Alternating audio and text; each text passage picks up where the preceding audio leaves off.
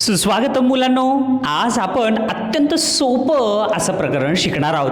त्या अगोदर मला एका प्रश्नाचं उत्तर द्या. माझ्या हातामध्ये हे काय आहे? एकदम बरोबर आहे, कॅलेंडर. त्याला दुसरं नाव काय? बरोबर आहे, दिनदर्शिका. तर आज आपण चौथी स्कॉलरशिप मधील दिनदर्शिका हे 17वं प्रकरण शिकणार आहोत. उघडा तुमचं स्कॉलरशिपचं पुस्तक आणि सोडवा स्वाध्याय 17. काय म्हणलात? शिकवल्याशिवाय येणार नाही? अरे प्रयत्न तर करा ना. तुम्ही स्वतः अगोदर वाचा, प्रत्येक प्रश्न समजून घ्या आणि तुम्हाला जे योग्य वाटेल ते उत्तर तुम्ही नोंदवा आणि त्यानंतर पुन्हा तुम्ही मार्गदर्शन पहा. सोडवा स्वाध्याय 17. व्हेरी गुड, सोडवलं. पाहूया प्रश्न क्रमांक 1. काय दिलेले त्याच्यामध्ये? पुढील पैकी कोणती तारीख बरोबर आहे? आता किती सोपा प्रश्न आहे बघा. तुम्हीच सांगा. पर्याय 1 2 3 4 दिलेले आहेत आणि यातली कोणती तारीख बरोबर आहे हे विचारलंय. मग आता 31/9/2024 म्हणजे सप्टेंबर महिना आहे हा. अरे सप्टेंबर महिन्यात 31 दिवस असतात का? चुकलं, म्हणजे पर्याय 1 येणार नाही, चुकला पर्याय. दुसरा 29 फेब्रुवारी 2023. अरे हे 2023 तर लीप वर्ष नाहीये. ज्या वर्षाला 4 ने भाग जातो ते लीप वर्ष. हे लीप वर्ष नसल्यामुळं ही पण तारीख चुकीची आहे. लीप वर्षातच 29 तारीख येते फेब्रुवारीत. चौथा पर्याय 31 नोव्हेंबर 2023. अरे डिसेंबर मध्ये 31 दिवस असतात आणि अलीकडं नोव्हेंबर मध्ये 30 दिवस, म्हणजे हेही पर्याय चुकला. म्हणजे करेक्ट पर्याय आहे पर्याय नंबर 3. ह्याच पर्याय करेक्ट आहे. म्हणून वहीवर पर्याय नंबर 3 चं वर्तुळ रंगवा. होता ना? किती सोपा प्रश्न होता.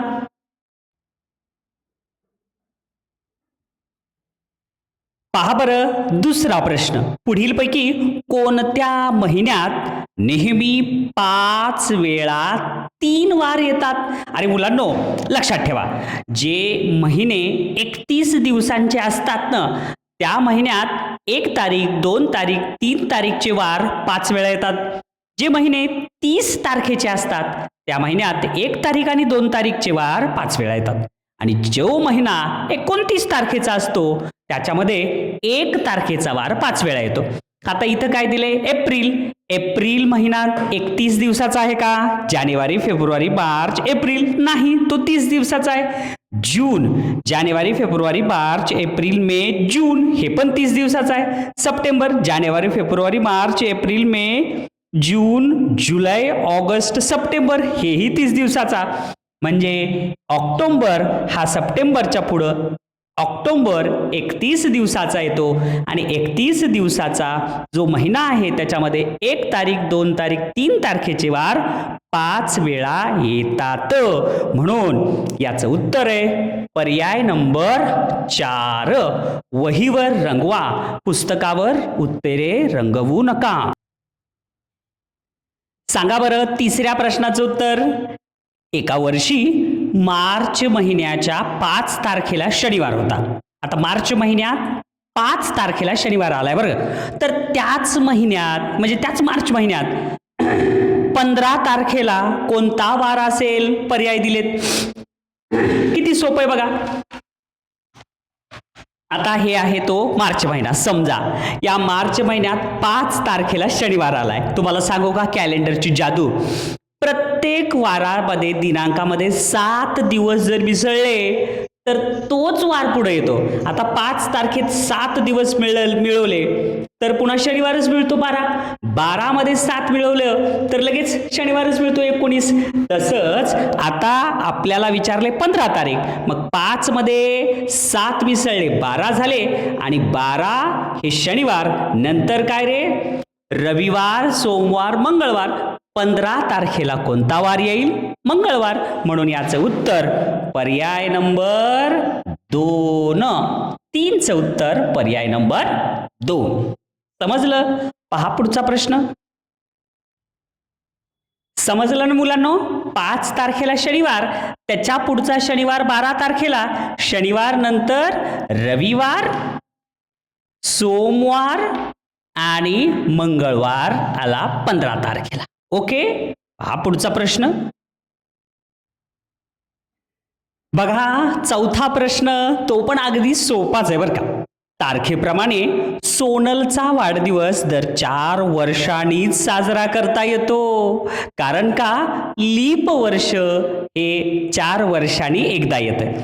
2020 साली तिला 32 वर्ष पूर्ण झाली व तिने तिचा 8वा वाढदिवस साजरा केला. तर सोनलचा जन्म कोणत्या तारखेला झाला? आता तिनं 8वा वाढदिवस साजरा केला का? कारण फेब्रुवारीच्या 29 तारखेला लीप वर्षातलीच तारीख म्हणतात. लीप वर्षामध्ये 366 दिवस असतात आणि ते दर 4 वर्षांनी येते. मग 2020 ला 32वं वर्ष पूर्ण झालेलं आहे. 8वा वाढदिवस आहे म्हणजेच 32 वर्ष पूर्ण झाल्यामुळं यातून 32 वर्ष वजा करायचे. मग आता हे शून्यातून 2 वजा होत नाहीत. मग आता इकडून 1 तिकडं घेतलं आणि हे झाले 10. 10 मधून 2 गेले 8. आता इथं 1 आहे. मग इकडला 1 इकडे 10 झालते, इथं 9 झाले आणि इथं 11 झाले. 11 मधून 3 गेले 8. 9 ला 9 आणि 1 1988. म्हणून 1988चा पर्याय कुठे? पर्याय नंबर 1. म्हणून चौथ्याचे उत्तर पर्याय नंबर 1. किती सोपा प्रश्न होता. पहा बरं 5वा प्रश्न. 2024 मध्ये गांधी जयंती बुधवारी आली होती. गांधी जयंती म्हणजेच काय रे? महात्मा गांधीजींची जयंती 2 ऑक्टोबरला येते. मग गांधी जयंती बुधवारी आली होती म्हणजे 2 ऑक्टोबर हा दिनांक बुधवारी आला. त्याच वर्षी नाताळ म्हणजे ख्रिसमस कोणत्या वारी येईल? आता जर तुम्हाला नियम माहिती असेल तर हे एका सेकंदात उत्तर येईल, नाही तर तुम्हाला 15 मिनिटं ह्याच प्रश्नाला लागतील. तर नियम काय आहे की एकाच वर्षात महाराष्ट्र दिन, महात्मा गांधी जयंती आणि ख्रिसमस नाताळ हे एकाच वारी येतात. मग जर महात्मा गांधी जयंती जर बुधवारी आली असेल तर त्याच वर्षात ख्रिसमस सुद्धा बुधवारीच येणार. म्हणून याचं उत्तर पर्याय नंबर 3. लगेच उत्तराचा पर्याय वहीवर रंगवायचा. पहा बरं 6वा प्रश्न. बालिका दिनानंतर किती दिवसांनी प्रजासत्ताक दिन येतो? अरे किती सोपा प्रश्न आहे. बालिका दिन तिथे दिलंय बघा 3 जानेवारी हा बालिका दिन आहे. इथं दिलंय पण परीक्षेत देत नाहीत बरं. मग मला सांगा 3 जानेवारीला जर बालिका दिन आहे तर प्रजासत्ताक दिन हे माहिती पाहिजे 26 जानेवारीला येतो. मग 26 मधून 3 गेले उरले किती? 23 दिवस. म्हणून ह्याचं उत्तर पर्याय नंबर 1 23. किती सोपा प्रश्न आहे.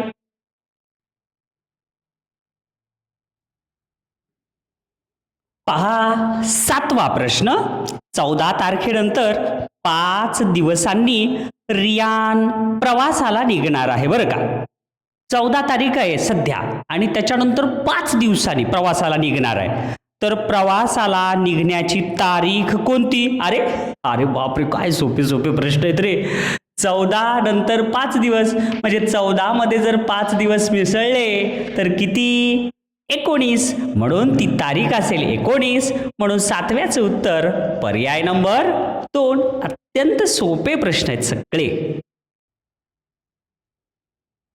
पहा बरं 8वा प्रश्न.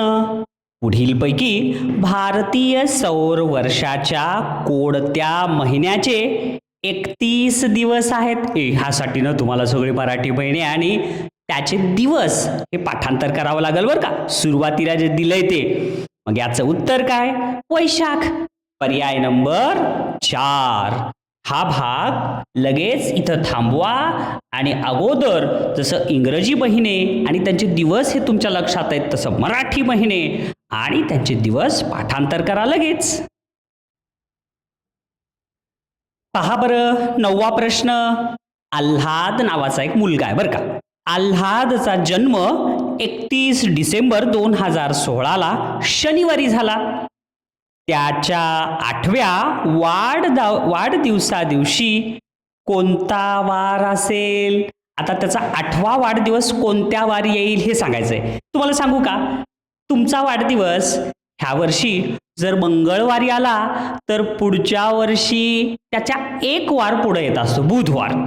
तुमचा वाढदिवस जर गुरुवारी आला तर त्याच्या पुढचा वाढदिवस हा शुक्रवारी येत असतो. पण लीप वर्ष जर मध्ये आलं तर 2 वार वाढतात. आता बघा, आल्हादचं पण तसंच आहे हा. शनिवारी त्याचा वाढदिवस आलाय 2016ला. त्याच्यानंतर त्याचा 1, 2, 3, 4, 5, 6, 7, 8वा वाढदिवस हे कधी येईल हे विचारलंय. मग आता आपल्याला एक एक वाढवत चालायचं. शनिवार नंतर रविवार, सोमवार, मंगळवार, बुधवार, गुरुवार, शुक्रवार, शनिवार, रविवार.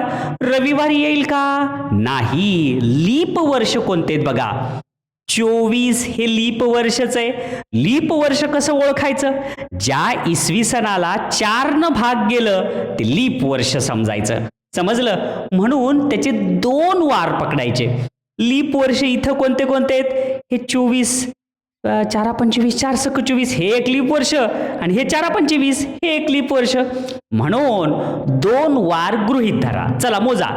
शनिवार नंतर रविवार, सोमवार, मंगळवार, आता इथं 2, बुधवार, गुरुवार, शुक्रवार, शनिवार, रविवार, सोमवार, मंगळवार. म्हणून त्याचा 8वा वाढदिवस कधी येईल? मंगळवारी. म्हणजे पर्याय नंबर 3. परीक्षेत हा प्रश्न येईल का नाही माहिती नाही, पण ह्याच्या सारखा प्रश्न 100% येतो बरं का. नाव बदलून, इसवी सन बदलून. म्हणून लक्षात ठेवा. बघा 10वा प्रश्न. काही घाबरायचं नाही बघा, एकदम सोपे प्रश्न आहेत. मन लावून वाचायचं आणि काही स्टेप्स करून उत्तर काढायचं. शाळेला 5 मे पासून 42 दिवसांची उन्हाळ्याची सुट्टी सुरू झाली. तर शाळा पुन्हा किती तारखेला उघडेल? किती सोपं आहे, फक्त 42 दिवस ह्याच्यातले काढायचे. मग आता हे लक्षात घ्या, 5 मे पासून म्हणजे 5 तारखेला सुद्धा सुट्टी आहे बरं का. मग मे महिना किती दिवसाचा असतो? मे महिना 31 दिवसाचा असतो. मग 31 मधून 4 दिवस काढा.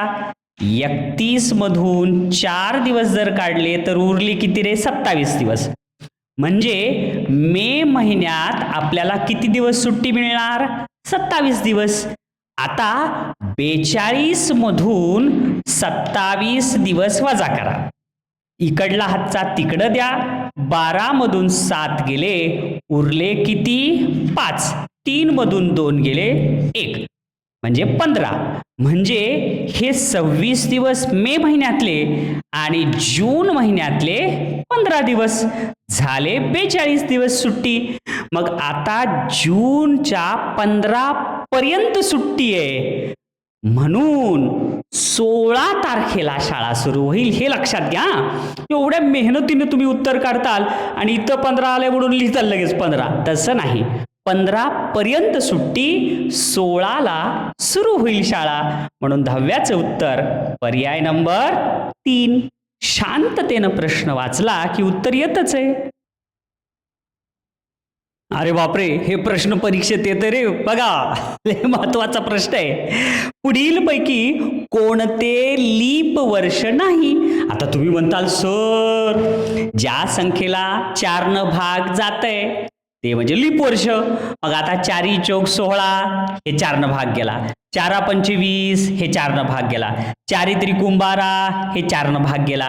सर, ह्या 1800ला पण 4 भाग जातोय ना हो सर. 4 1 4 4 2 8 4 त्रिकोण 12 4 चौक 16 2 उरले 4 25 आणि जाते भाग. पण तसं नाही, हे पूर्ण भाग जात नाही. 1800 आणि 1900 हे लीप वर्ष नाहीत, हे लक्षात राहू द्या. म्हणून याचं उत्तर पर्याय नंबर 2. समजलं? पहा पुढचा प्रश्न. सगळे एकसारखे प्रश्न यायलेत बरं का. आता इथं काय म्हणले बघा, 12वा प्रश्न, पुढीलपैकी कोणत्या वर्षी 366 दिवस असतील? मग काय होतंय, कोणत्या वर्षी 366 दिवस असतात? लीप वर्षात 366 दिवस असतात. मग लीप वर्ष कोणतं आहे? ज्या वर्षाला 4ने पूर्ण भाग जाते ते लीप वर्ष. ह्याला 4 भाग जात नाही, ह्याला 4 पूर्ण भाग जात नाही, ह्याला 4 पूर्ण भाग जात नाही, पण ह्याला 4 पूर्ण भाग जाते, म्हणून हे लीप वर्ष. आणि लीप वर्षात 366 दिवस असतात, म्हणून याचं उत्तर पर्याय नंबर 2. पहा पुढचा प्रश्न. पहा बरं मुलांनो, 13वा प्रश्न. हा पण सोपाच आहे, फक्त काही युक्त्या लक्षात ठेवा. 2016 साली वर्षाचा पहिला दिवस शुक्रवारी होता. 2016 वर्षाचा पहिला दिवस काय होता रे? शुक्रवारी. तर 2017 साली मराठी भाषा दिन कोणत्या वारी असेल? आता सगळ्यात पहिल्यांदा मराठी भाषा दिन कधी असते?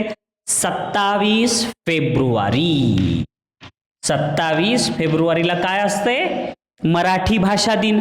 आता अवघडच आहे, आपल्याला दिले डिसेंबर, जानेवारीचं. 2016ला जानेवारीला वार दिलाय, आणि आता हे कसं काढा? थोडं ट्रिक लक्षात ठेवा. बघा सांगतो तुम्हाला. हे बघा, 2016ला 1 जानेवारीला शुक्रवार होता, हे तर पुस्तकातच दिलंय. मग 1 जानेवारीला 16 असेल तर 2016ला 31 डिसेंबरला शनिवार येणार. कस काय? कारण वर्षाच्या सुरुवातीला जो दिवस असतो ना, तोच दिवस वर्षाच्या शेवटी येतो, पण लीप वर्षामध्ये 1 दिवस पुढे जातो. 2016 हे लीप वर्ष आहे, म्हणून इथं शुक्रवारच्या ऐवजी शनिवार आलं. इथपर्यंत सगळ्यांना समजलं? एवढं समजलं? त्याच्यानंतर आता मला सांगा, 31 डिसेंबर 2016ला जर शनिवार असेल तर 1 जानेवारी 2017ला काय येईल? रविवार. मग 1 तारखेला रविवार आला की त्याच्यात 7-7 दिवस वाढवायचे. बघा बरं, आता हे 1 तारखेला रविवार आहे, समजा 1 तारखेला इथं कोणता तर वार आहे, हे 1 तारखेला 7-7 दिवस वाढवले की तेच वार पुढे येतात. मग 1 तारखेला रविवार आला, 7 दिवस वाढवले, 8 तारखेला रविवार, 15ला रविवार, 22ला रविवार, 29ला सुद्धा रविवार आला. नंतर 30 जानेवारीला सोमवार, 31ला मंगळवार, 1 तारखेला बुधवार. आता हे फेब्रुवारी सुरू झाली. ही काय सुरू झाली? 1 तारीख फेब्रुवारी. मग 1 तारीख फेब्रुवारी सुरू झाली की तेच परत 8 तारखेला ही बुधवार, 15 तारखेला ही बुधवार, 22 तारखेला ही बुधवार, 22 नंतर आपल्याला 27 पर्यंत जायचंय. म्हणजे 22 नंतर 23, 24, 25, 26 आणि 27. 22ला बुधवार, म्हणजे हे काय झाला? गुरुवार, शुक्रवार, शनिवार, रविवार, आणि इथं काय आला? सोमवार. म्हणून आहे का पर्यायात? म्हणून याचं उत्तर पर्याय नंबर 1 झालं. फार सोपं होतं, फक्त समजून घेऊन करा. पहा बरं 14वा प्रश्न. 6 जानेवारीला बुधवार आहे, तर त्या महिन्यात कोणता वार 5 वेळा येणार नाही? आता तुम्हाला तर माहीतच आहे, जानेवारी जर महिना असेल म्हणजे 31 दिवसाचा, तर 1 तारीख, 2 तारीख, 3 तारखेचे वार हे 5 वेळा येतात. मग आता इथं सांगितले 6 तारखेला बुधवार, म्हणजे 5 तारखेला काय झाला? मंगळवार. 4 तारखेला काय झाला रे? सोमवार. आणि आता इथं महत्वाचे, 3 तारखेला झाला रविवार, त्यानंतर रविवारच्या अगोदर 2 तारखेला झाला शनिवार, आणि 1 तारखेला काय झाला? शुक्रवार. म्हणजे शुक्रवार, शनिवार, रविवार हे किती वेळा येतील? 5 वेळा. शुक्रवार, शनिवार, रविवार हे 5 वेळा येतील, पण कोणता येणार नाही? सोमवार. म्हणून याचं उत्तर पर्याय नंबर 4. पहा पुढचा प्रश्न. चला पहा बरं 15वा प्रश्न. काय दिलंय? तनुजा दररोज अर्धा लिटर दूध घेते. प्रति लिटर 70 रुपये या दराने तिचे एप्रिल महिन्याचे बिल किती होईल? आता बघा 70 रुपये लिटर आहे, हे लक्षात ठेवा बरं का. एप्रिल महिन्यात किती दिवस असतात? 30 दिवस. त्याच्यात ती 1 लिटर दूध घेतली असती तर एप्रिल महिन्यात 31 लिटर झाले असते. पण ती तर घ्यायली अर्धा लिटर.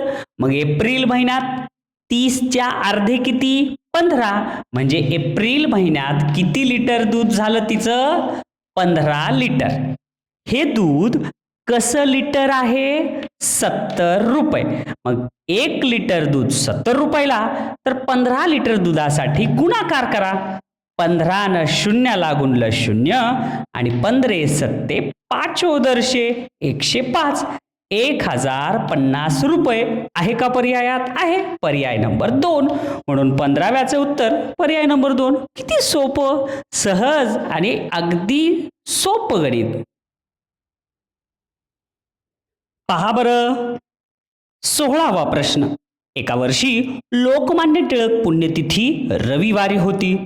त्याच वर्षी बालदिन कोणत्या वारी असेल? आता बघा बालमित्रांनो, एका सेकंदात ह्याचं उत्तर येतंय, पण कुणाला? नियम माहीत असणाऱ्यांना. तर नियम काय आहे? एकाच वर्षात लोकमान्य टिळक पुण्यतिथी आणि बालदिन हे एकाच वारी येतात. त्याचप्रमाणे स्वातंत्र्य दिन, शिक्षक दिन हे सुद्धा यांच्यासोबत एकाच वारी येतात. जर तुम्हाला या 4 पैकी एकाच जरी वार समजला तरी उरलेल्या तिघाचाही तोच वार असतो. म्हणून लोकमान्य टिळक पुण्यतिथी रविवारी असेल तर बालदिन सुद्धा रविवारीच येईल एका वर्षात. म्हणून शेवटच्या प्रश्नाचं उत्तर पर्याय नंबर 3. बरेचशी मुलं मला भेटतात आणि सांगतात की सर हे प्रकरण फार फार फार अवघड आहे, आम्हाला काहीच येईना. पण आपण सगळ्यांनीच, तुम्ही साक्षीदार आहात, हे सगळे प्रश्न सोडवले. काहीतरी अवघड होतं का रे? सगळे एकाहून एक सोपे, खूप सोपे, अति सोपे असे प्रश्न होते. त्याच्यामुळे तुम्ही घाबरू नका. शांत चित्ताने प्रयत्न करायचं, प्रश्न वाचायचा आणि उत्तर काढायचं. आणि हो, हे शिकवलेला भाग तुम्ही रिव्हिजन सुद्धा करा बरं, नाहीतर परीक्षेच्या पुढं पुढं तुम्ही विसरून जाताल सगळं. म्हणून एकदा शिकवायच्या अगोदर एकदा स्वाध्याय सोडवा आणि शिकवणं झाल्यानंतर सुद्धा मनाने न पाहता स्वाध्याय सोडवायचा आणि उत्तरं तपासून घ्यायचे. बालमित्रांनो, आज छान अभ्यास केलात, सगळं पाठांतर केलात, लिहून घेतलात, त्याबद्दल खूप खूप धन्यवाद.